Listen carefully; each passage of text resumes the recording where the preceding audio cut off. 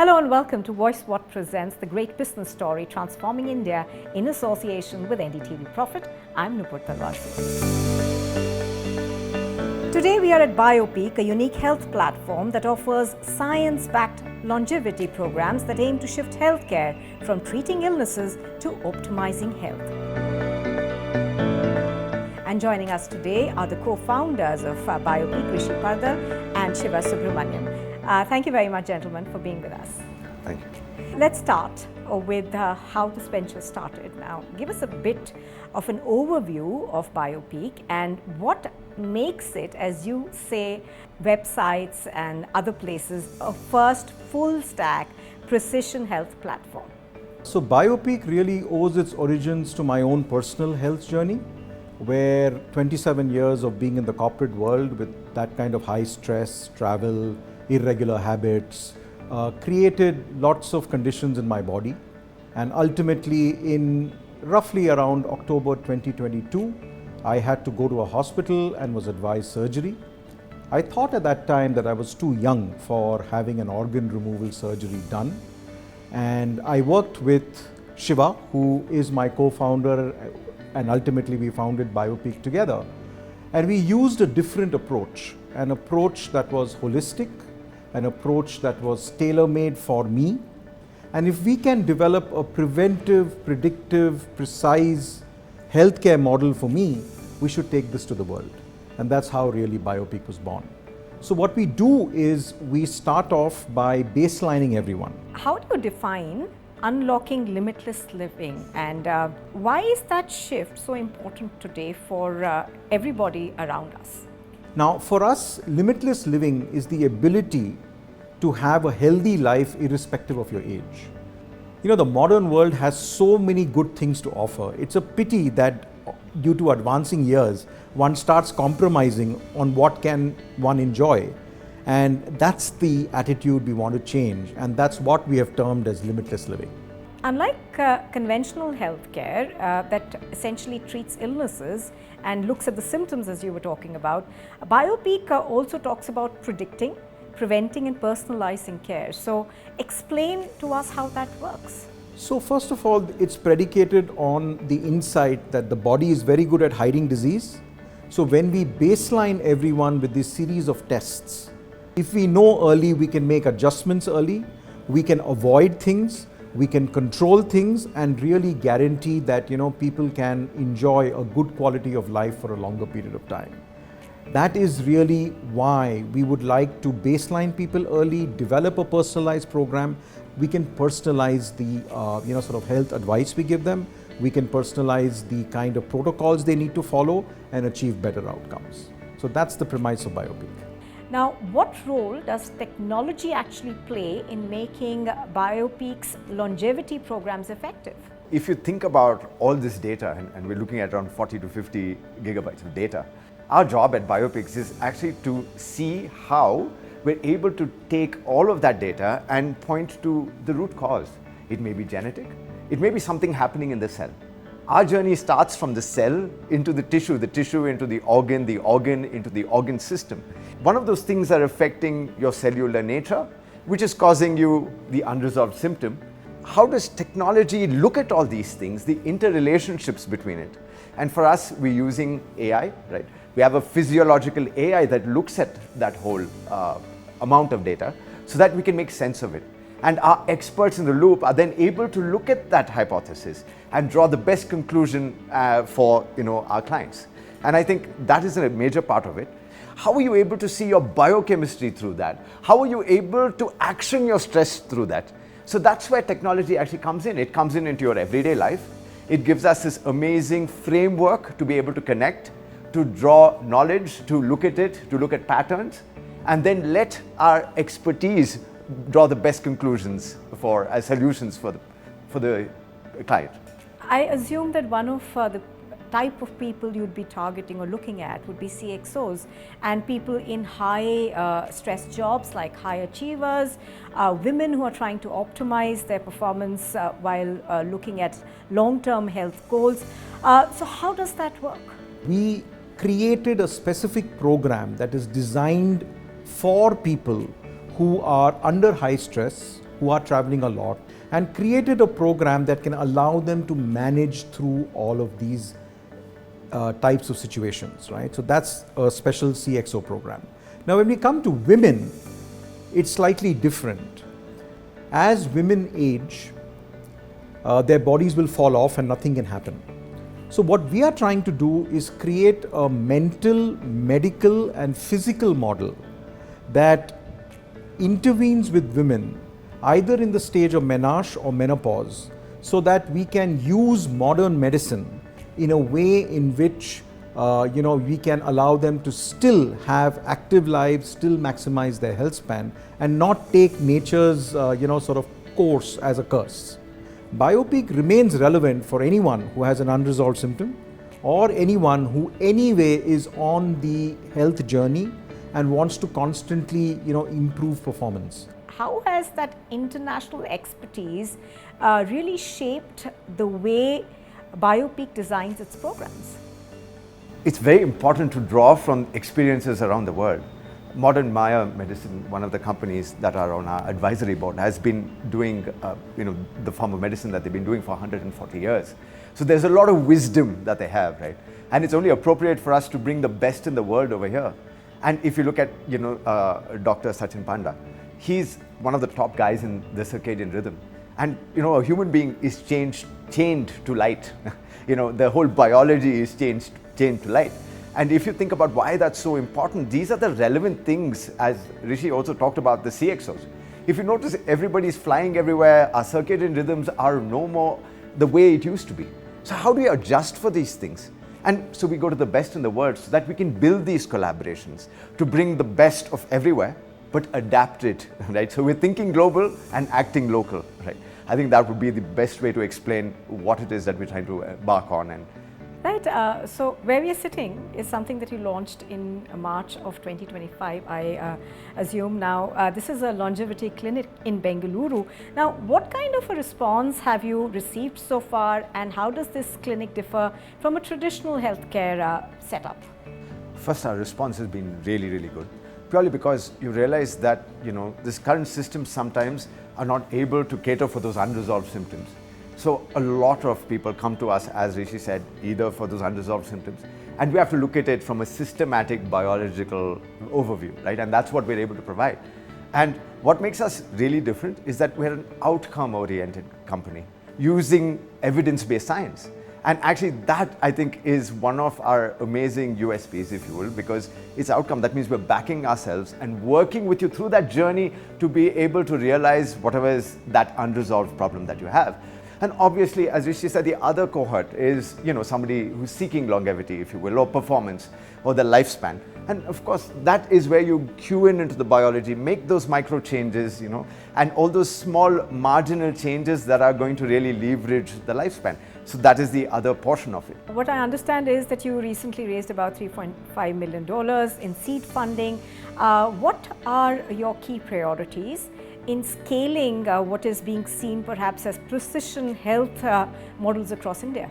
So there are two parts to how we are using the funds, right? So first, we deployed the first clinic. So this is our first center where we are interacting with consumers who are really looking for this kind of an approach. We are setting up another larger state-of-the-art clinic, again in Bangalore, in Indiranagar.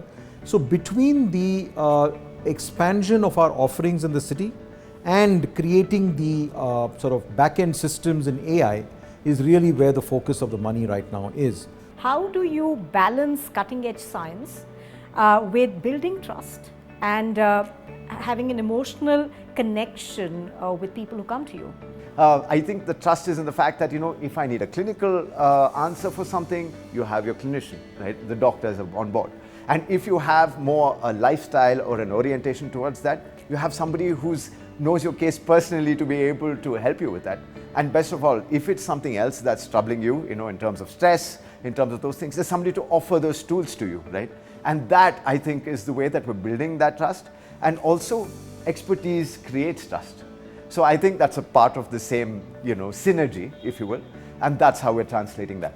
I think the third node to this area of trust is the process. So if you really look at it, during the journey of a customer with us, there are at least 6 hours that they get as time with our experts. Now that process where you have this team working with you, to us creates what we call your family health officer. It starts at potentially resolving a symptom, but ultimately ends with accelerating your performance, right? And that team gets better and better with you. And finally, what's your vision for the future, not just for precision healthcare, but also for longevity in India per se, and how does Biopeak plan to lead this movement going forward, if I were to call it that, because health is one of our main concerns? What we're creating foundationally for the whole country, working with the Indian Institute of Science and Longevity India, is to be able to look at this data and look at what longevity means to us. But we have to establish what that means to us in this location, geographic location, right? And only then can we define what that longevity means. And we have started that journey, and it's all based on data. So for me, I think that is going to be a critical component on how we develop the protocols in the future. We are being validated by the academia, and we also have our global advisors as well as the local advisors that we have who are clinicians, keeping us honest to that, right? And I think that is the journey that I see in terms of our future for longevity. The average life expectancy in the world is about 76 years. In India, it's about 68 years. Our first vision is to close that gap, right? So that 15, 20 years that people are not living to the fullest or living limitless, we want to make that 0. And then we want to take that 67 to 76 and beyond, right? So that's really the vision from a consumer standpoint. All right, thank you both of you gentlemen for joining us, and we wish you all the very best. Thank you. Thank you very much.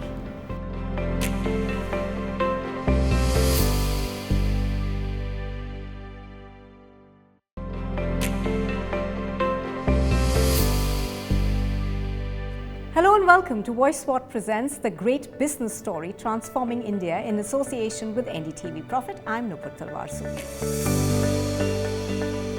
FlowBiz defines itself as a business automation platform for small and medium businesses. The company has designed an innovative product, myBillBook, an intuitive billing and inventory management software designed specifically for MSMEs.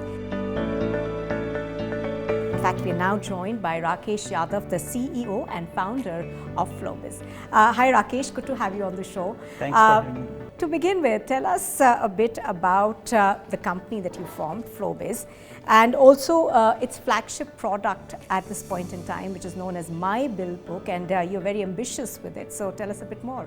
I think at FlowBiz, our mission is to help small businesses of India grow with the help of technology.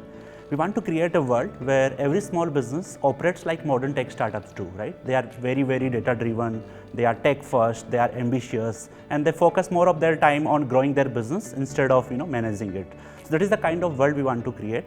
So we started with our first product, it is called myBillBook, like you said, and it went on to become our flagship product as well. So myBillBook is a business automation platform using which small businesses can digitize their day-to-day workflows, right from billing, inventory management, outstanding, accounting, compliance, and a lot more, right? And as of now, we have a couple of lakh users who are using our product all across the India. In fact, out of 19,000 pin codes, we have presence in almost 18.5 thousand pin codes as of now. What really is it that drives FlowBiz and myBillBook, your innovative product, in terms of setting yourself a long-term goal? Helping these small businesses grow is not only a noble cause, but it's a contribution towards nation building as well. So when we see businesses all across the India using our product myBillBook in their day-to-day business, it really empowers us, it really motivates us. For example, there is a 70-year-old grandma in a very small village of Rajasthan who uses myBillBook with a little bit of help from her granddaughters to manage their family business. And in fact, we have users from places like Minicoy Island in Lakshadweep.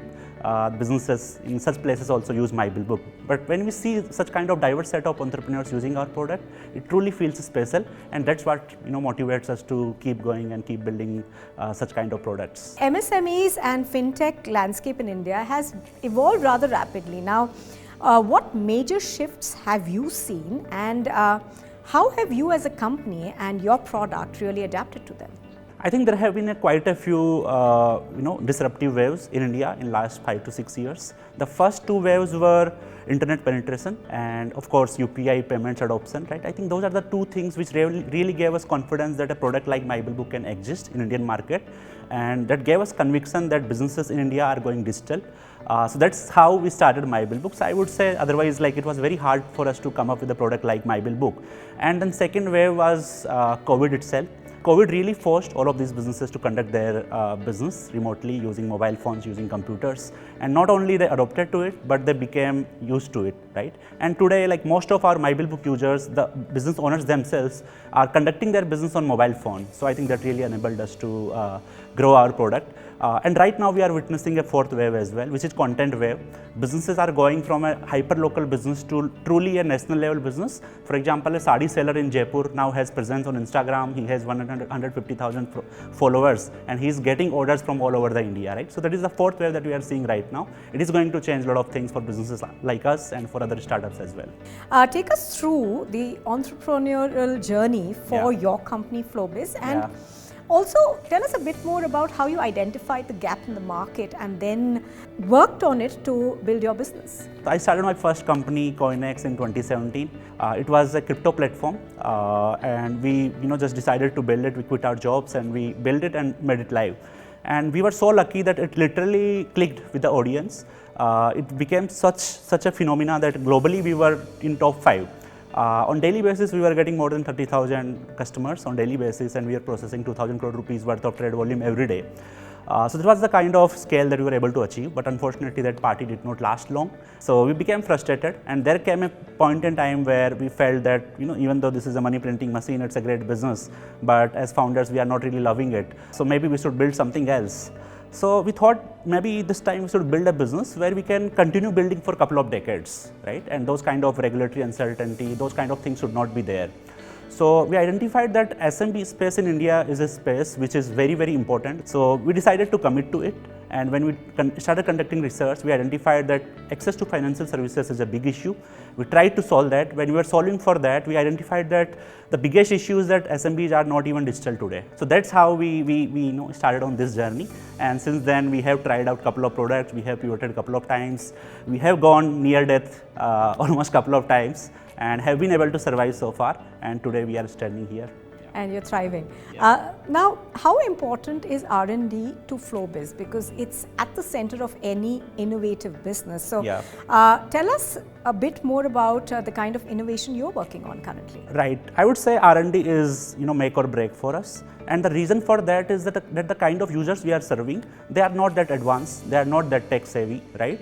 So what we have to do is we have to take complex technologies and really simplify them in such a way that even a guy who is just 10th passed or even a grandma who is 70 years old can use those technologies, right? So for us the challenge is that how do you innovate and simplify these technologies, right? For example, right now we are seeing this AI wave and we as a company are betting a lot on it. We believe that AI is here to upscale the productivity to 10x and it's going to simplify a lot of workflows. So right now also we are trying to reimagine a lot of existing features, existing workflows using AI and trying to make them 10x simpler than what they are today. Yeah, so I would say R&D is very critical for us. And not just that, you've been talking about trying to reach an audience which is in villages across small cities. So obviously marketing to them will be a bit of a challenge. So tell us about what are the key strategies that you use to reach these smaller pockets?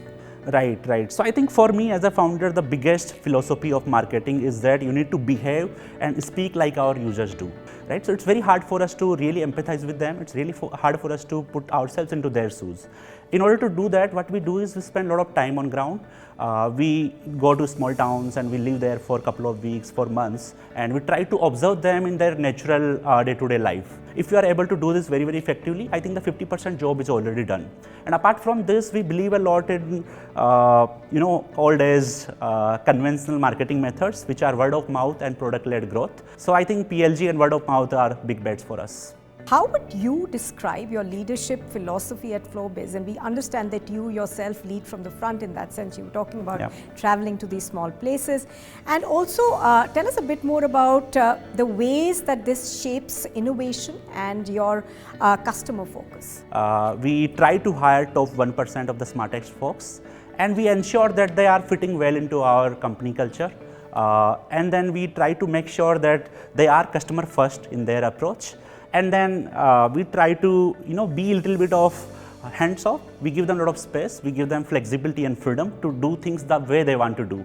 And then we just sit and then watch the magic happening, right? So I think that is the philosophy for me. Right, you just mentioned work culture. So tell us a bit more about the work culture at FlowBiz, and also tell us a bit about how this empowers your teams to innovate, to build new products. Internally at FlowBiz, we call our culture craft.